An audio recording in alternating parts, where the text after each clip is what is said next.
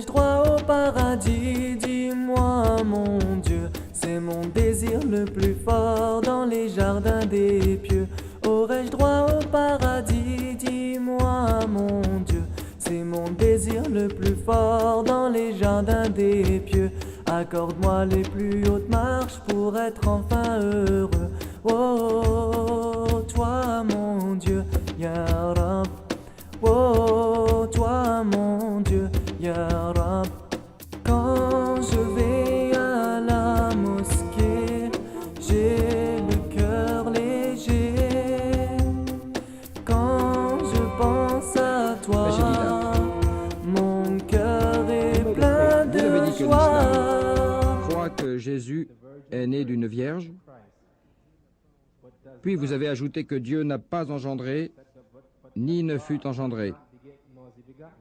Pourtant, l'évangile selon Luc, chapitre 1, versets 34 et 35, à propos de la naissance de Jésus, dit « Le Saint-Esprit viendra sur toi, Marie, et la puissance de Dieu très haut. » Comment expliquez-vous cela? Voyez-vous, frère Swaggart a suggéré dans son discours que le Coran est une fausse copie des récits bibliques. Permettez-moi de vous citer quelques exemples. Il s'agit d'une comparaison entre vos textes et ce que dit le Coran à propos de la naissance de Jésus. Si je peux. Au nom de Dieu, le clément, le miséricordieux.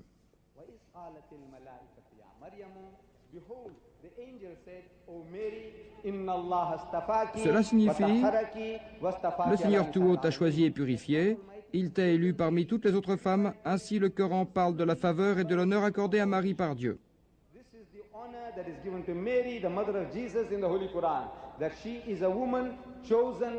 Elle est une femme choisie parmi toutes les autres femmes.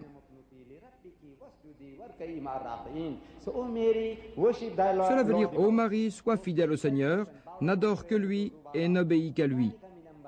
Prosterne-toi et courbe-toi avec ceux qui se prosternent et se courbent.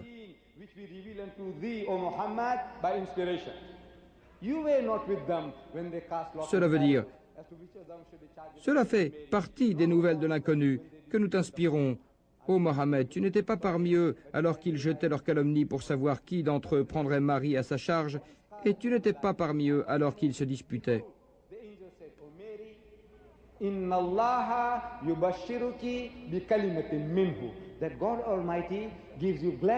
ne vous dirai pas plus, je laisserai ça à demain, si Dieu le veut. Mais le Coran poursuit. Il sera proche de Dieu, mais les chrétiens disent qu'il sera assis à droite de Dieu. Nous, nous disons qu'il est proche de Dieu, non matériellement, mais spirituellement. Et quand Marie reçut cette annonce concernant la naissance de Jésus, elle se demanda, « Seigneur, comment pourrais-je mettre au monde un fils alors qu'aucun homme ne m'a jamais touché ?» L'ange répondit, « C'est ainsi que le Seigneur crée ce qu'il veut. »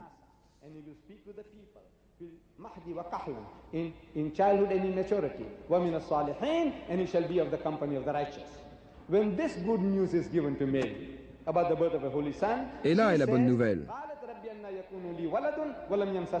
C'est ainsi que le Seigneur crée ce qu'il veut.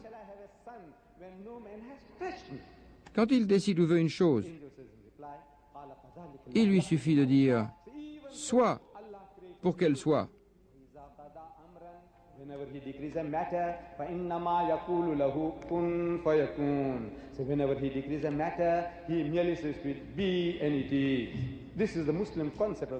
Voilà la conception des musulmans à propos de la naissance de Jésus. Dieu peut créer Jésus sans père humain, comme l'éclair. Et s'il le veut, il peut créer 1 million d'êtres comme Jésus, sans père ni mère, comme l'éclair, comme ça. Comparons cette conception avec celle enseignée par l'Évangile. J'ai eu une discussion avec le pasteur Dunker, chef de l'association de la Bible à Johannesburg. J'étais sorti pour acheter la Bible. Lorsqu'il vit cette barbe et constata mon intérêt pour ce livre, il m'invita à boire le thé avec lui. Je lui expliquai le problème et il fut étonné de mes connaissances sur la Bible. Il me dit, « On dirait que ceci et la Bible sont pareils. » Je répondis, « Oui, en apparence, ceci et la Bible sont pareils. » Chacun de nous essaie de dire la même chose, que Jésus naquit par une intervention surnaturelle.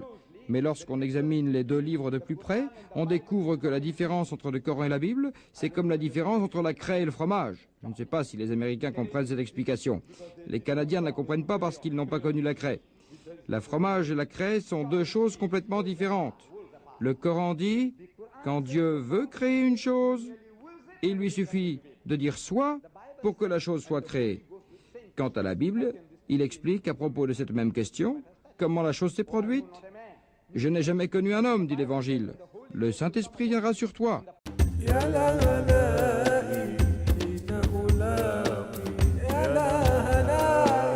Et la puissance de Dieu tout haut te couvrira, comme une ombre.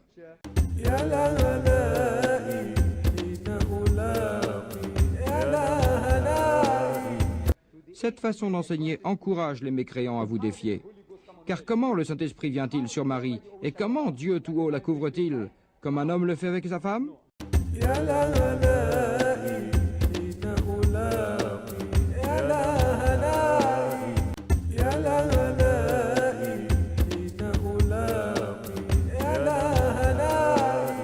Comment? Non, ce n'est pas du tout comme ça. Le problème réside dans la langue. Le verset coranique dit, si Dieu veut une chose, il lui suffit de dire soit pour que la chose soit créée. La langue de l'Évangile est une langue terrestre.